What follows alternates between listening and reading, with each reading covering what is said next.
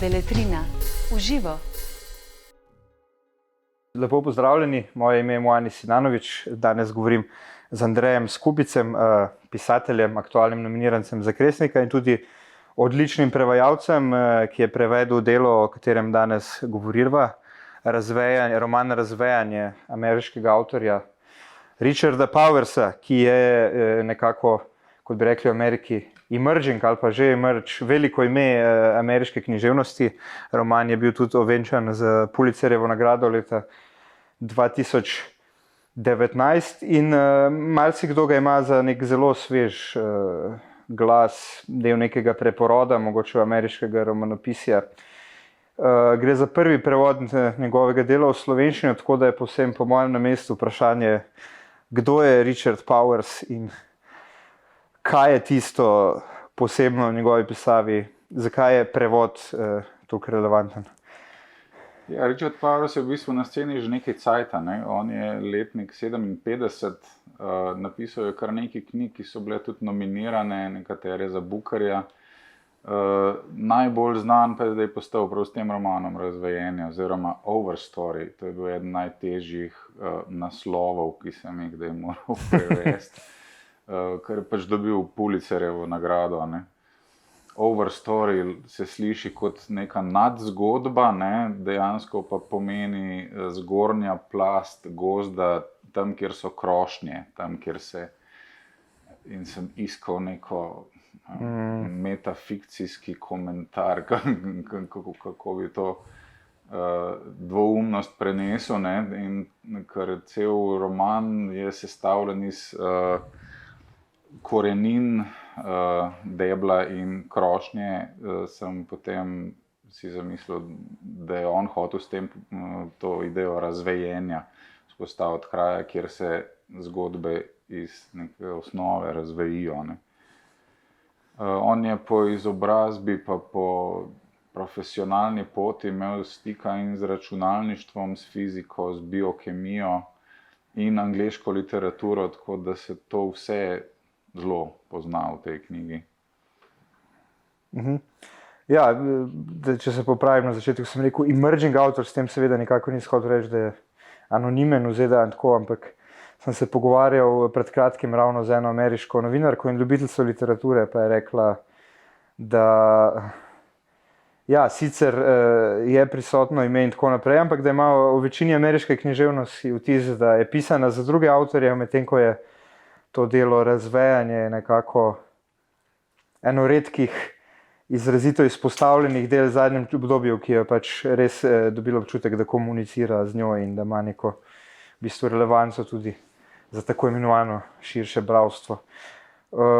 Kakorkoli. Ja, Razvejanje je zelo zanimiv roman, ne, ima eno posebno strukturo, pravzaprav oponaša strukturo drevesa. Na začetku imamo te korenine, ki predstavljajo posamezne družinske zgodbe, ki se nato združijo v deblu in se potem ločijo skozi neko, recimo, relativno dolgo časovno obdobje v Ameriki. Mogoče kaj čisto o tej strukturi romana, formi, ki zahteva določeno potrpežljivost, tudi verjetno pri branju. Ja, pravzaprav niti ne potrpežljivosti, ker potegne že od začetka, ne, ko opisuje predzgodovino teh posameznih družin, od prihoda v Ameriko in kako so se razvijali te glavni junaki do prek kakšnih usodnih dogodkov, dokler potem niso postali definirani liki, ne. Že ta njihova predzgodba je vsaka posebej zelo zanimiva, ne, ker on pripelje v zgodbo popolnoma različne like s popolnoma različnimi ozadji. Od pač priseljencev indijskega rodu, ki potem postanejo pač izumitelji, softverski milijonarji, ne. Ja. Neke mlade čudakinje, ki postane profesorica botanike, ki pride do odkritij, ki so pred njenim časom in zaradi tega začasno njena kariera propade, ker jo osmešijo, preden se na koncu njene ideje potrdijo, ne. Nekega pohabljenega vojnega veterana, ki je celo sodeloval nekoč v tistem znanem Stanfordskem eksperimentu. Zaporniki, ne? Ja, zaporniki. In potem pač spet pride kot formiran lik v to zgodbo pač nekega propadlega umetnika, falirane študentke računovodstva. Skratka, popolnoma različni liki pridejo in potem že živi vstopijo v to zgodbo, kjer se povežejo njihova življenja. Da. Ne. V bistvu se tle na nek način tudi v eni od teh predzgodb v bistvu nam nakaže avtor, da proba oponašati gozd, ne, kot neko mrežo dreves, ki se med seboj dejansko nek način komunicirajo. Ampak ja, roman gre pravzaprav v nasprotju z mnogimi pričakovanji, recimo idealno tipskega povprečnega bralca, ne, ki kot prvo ne govori o nekih navadnih ljudeh, o nekem srednjem razredu, govori večinoma o priseljencih, ampak spet ne na sentimentalen način, temveč o priseljencih, ki so tudi nekako notranje odtujeni, ki so pač danes bi rekli nevrološko drugačni, avtistični, genialni, ki na drugačen način čustvujejo, na način, s katerim se večina bralcev pač ne more poistovetiti. Potem nekako se povezuje z znanostjo, drevesa so pomembni liki tukaj, ne vem, kakšen ciničen današnji postmoderni bralec bi lahko rekel, to je pač neko tree-huggerstvo, ne, to je pač neka hipijada mogoče ali karkoli, ampak ni, ne. In tudi roman je zelo več kot 700 strani ima v prevodu. Kako je uspel prepričati bralstvo? Kaj je tisto, kar najbolj pritegne? Ja, predvsem je zelo dobra zgodba, ne, ki ima pa zelo močno tudi znanstveno in čisto faktografsko ozadje. Ne. To je na nek način predstavljena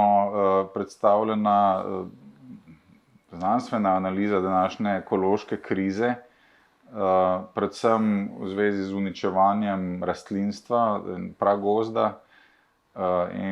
Ampak nam to uspe skozi živo zgodbo zelo živih in prepričljivih karakterjev podati, ne? In že v zgodovini vsake od teh družin, ki pač potem prispevajo pa enega od teh likov, se pokaže neke vrste povezava z drevesi, kot nek odmev tiste mitske povezave človeka z naravo in z drevesom, ampak skozi konkretne detajle, ne. Ali pa mogoče, če pridejo iz čist drugega konca, potem nekako prispejo do točke, ko se povežejo z drevesi, ki jih inspirirajo, ne. In celo mene kot prevajalca, dobro, mogoče sem imel specifičen karakter, jaz sem že od otroštva bil tako mali znanstvenik, pa to in sem užival sem delal svoje herbarije, pa zbiral minerale, ampak sem pozabil za zelo dolga leta na te stvari. Ampak ko sem prevajal ta roman, sem spet začel občudovati drevesa okrog sebe, že na sprehodih in tako, in sem začel se zanimati, katero drevo je pravzaprav zdaj gaber, katera drevo je pravzaprav tukaj trepetlika zdaj, ne.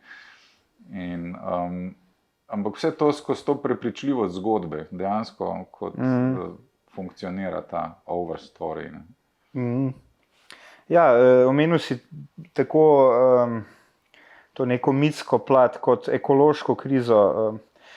Meni osebno se ta roman zdi, da pravzaprav nekako spreminja paradigmo sodobne književnosti. Velikokrat razpravljamo o tem, tudi Amitav Ghosh je napisal esej o tem, kako bo pač v romanu uspel nagovoriti, ne, te naravne prihajajoče, upajmo, da jih bomo uspeli regulirati, kakor tukaj katastrofe, kako pisati o podnebnih spremembah in tako naprej. Istočasno je pa pač roman izrazito meščanski žanr, ki temelji na neki kulturi, ki odpravlja mite, ki instrumentalno dojema naravo, ne, kot nekaj, kar izkoristimo kapitalistično in tako naprej. Zdaj pa ta roman popolnoma ruši to paradigmo, ker poveže res človeka in naravo, ampak na nek organski način, znanstveno, tako da verjamemo, ne? Vidimo, da avtor ima pojma in tudi liki, ki govorijo o naravi, vedo, o čem govorijo. Ne? In tle se spet mit in znanost združita, skratka vse to. Ne?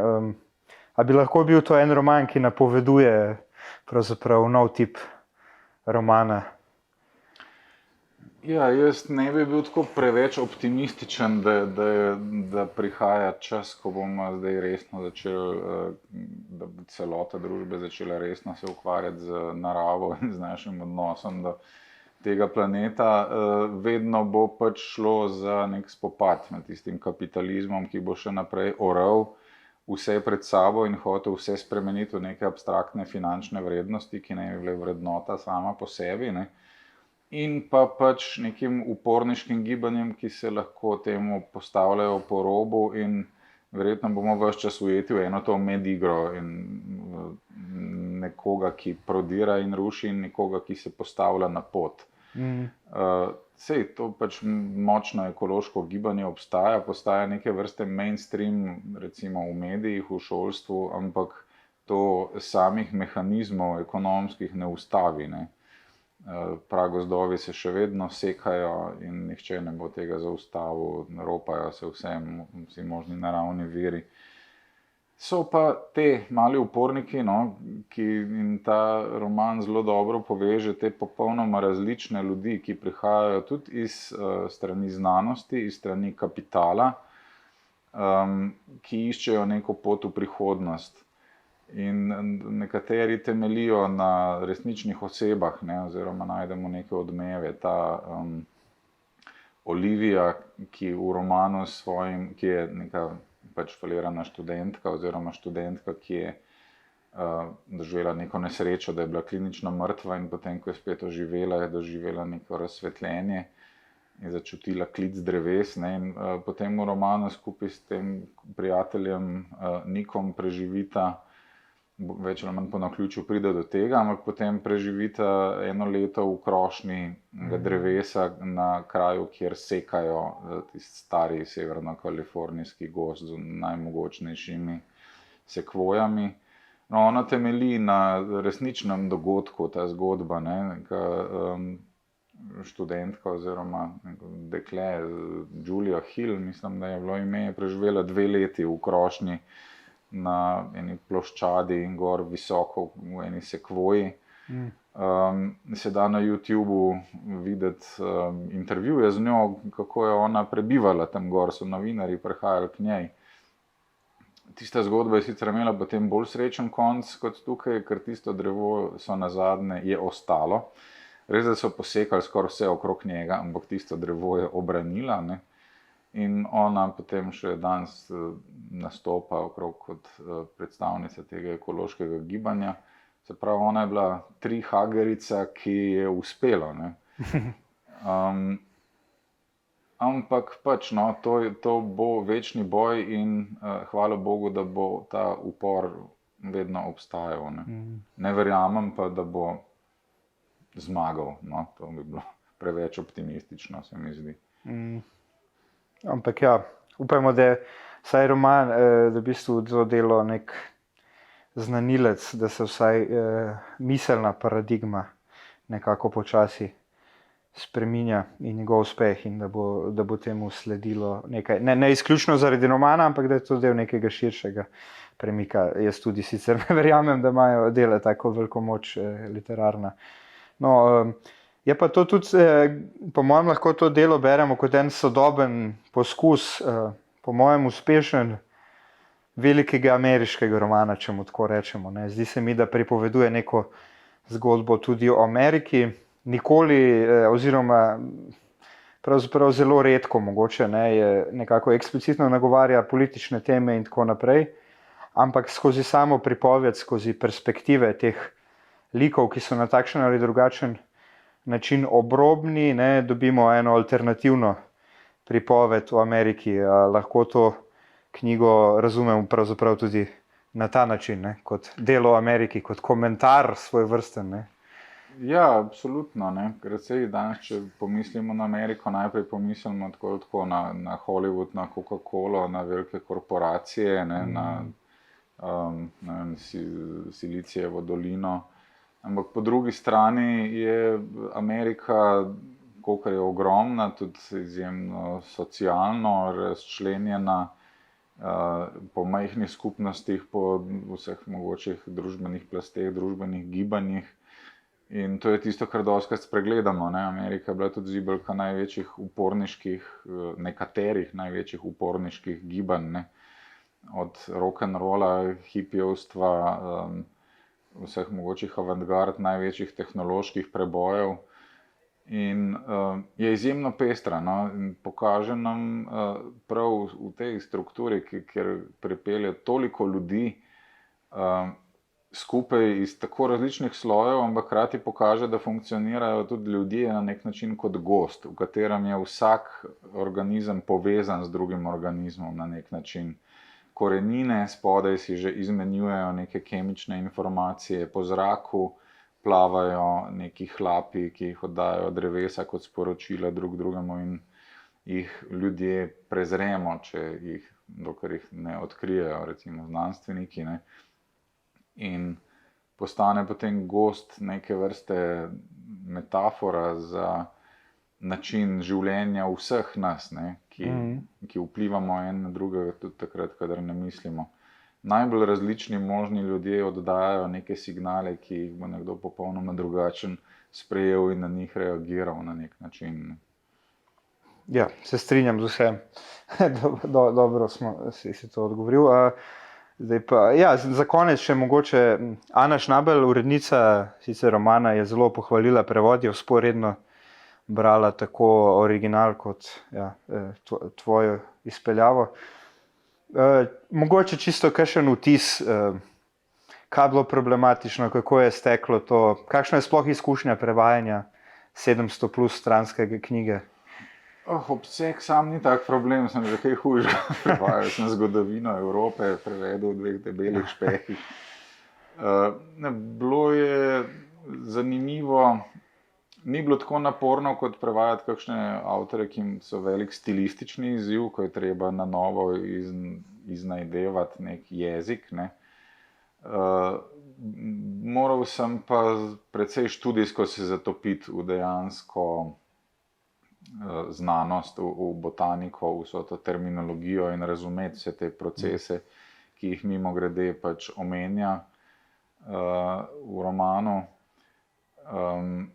Ker bistveno je res razumeti, ne, on pač pripoveduje zgodbo na zelo poljuden način, ampak je potem treba poiskati tudi terminologijo, če ne drugega, samo možna ameriška drevesa, ki obstajajo, za katera mi mogoče niti nimamo posebno tako lepih imen, kot obstajajo v angleščini, ne. Ena besedna igra je bila že tej Olivia dobi tako psevdonim, ne, v tem odporniškem gibanju Maidenhair. Maidenhair je v bistvu, se sliši strašno lepo, ker ona ima zelo lepe lase, v bistvu je pa to drevo ginko.